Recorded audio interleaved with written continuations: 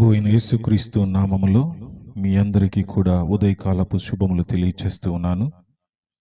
వాక్యాన్ని చదువుకుందాం. యెహోవాను ప్రేమించే వారికి రక్షణ. యెహోవాను నిజముగా ప్రేమిస్తే వారికి రక్షణ కంపల్సరీగా ఉంటుంది. గమనించండి, ఒక తల్లిదండ్రులను నిజంగా ప్రేమించే కుమారుడు లేకపోతే కుమార్తె తల్లిదండ్రులను ఎప్పటికీ కూడా బాధ కలిగించే పనులు చేయరు. నిజంగా తల్లిదండ్రులను ప్రేమించే వాళ్ళే అయితే తల్లిదండ్రులకు బాధ కలిగించే పనులు వాళ్ళు ఎప్పటికీ కూడా చేయరు. అలాగునే మనం యెహోవాను ప్రేమిస్తే ఆయనకు ఇష్టం లేని జీవితం నుండి దూరముగా ఉంటాము. గమనించండి, కీర్తనల గ్రంథము 97వ అధ్యాయము 10వ వచనాన్ని కానీ ఒకసారి మనం చూస్తే, కీర్తనల గ్రంథము 97వ అధ్యాయం 10వ వచనం చూస్తే, యెహోవాను ప్రేమించు వారులారా చెడుతనమును అసహించుకునడి, తన భక్తుల ప్రాణములను ఆయన కాపాడుచున్నాడు. నిజంగా ఈ వాక్యంలో ఒక వాగ్దానం కనబడతా ఉంది మనకి. ఆయన తన భక్తుల ప్రాణములు కాపాడుతానని చెప్తూ ఉన్నాడు.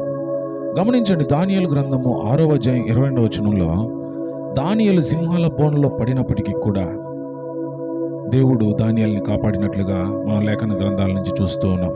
అదేవిధంగా ఆదికాండము 39వ అధ్యాయం 41వ వచనంలో, యోసేపును అన్యాయముగా జైల్లో పడేసినా కూడా దేవుడు నడిపించినట్లుగా మనం చూస్తూ ఉన్నాం. కాబట్టి యెహోవాను ప్రేమించేది నేర్చుకోవాలా. దుష్టత్వం నుండి మనము పారిపోవాలా, లేకపోతే దుష్టత్వాన్ని మనం ఏం చేయాలంటే ద్వేషించేది నేర్చుకోవాలా.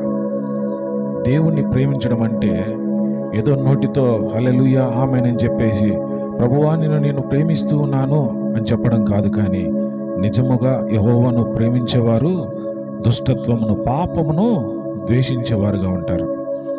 పాపాన్ని ప్రేమిస్తే దేవుని ప్రేమించడం సాధ్యం కాదండి. నువ్వు పాపంతో సహవాసం చేస్తూ పాపంలో ఉంటూ నేను దేవుణ్ణి ప్రేమిస్తున్నానని చెప్పడం మూర్ఖత్వం. అది పాపం ఉన్న చోట దేవుడు ఉండడు, పాపం లేని చోట దేవుడు అంటాడు. యోసేపుతో దేవుడు ఉన్నాడు. కారణం ఏంటంటే యోసేపు దగ్గర పాపం లేదు. దానియేలుతో కూడా దేవుడు ఉన్నాడంటే దానియేలు దగ్గర పాపం లేదు. కాబట్టి యెహోవాను ప్రేమిద్దాం, దుష్టత్వంను ద్వేషిద్దాము. ఆయన రక్షణలో నమ్మకంగా మనమందరం కూడా జీవిద్దాం. ప్రభు మిమ్మల్ని దీవించునుగాక. ఆమేన్.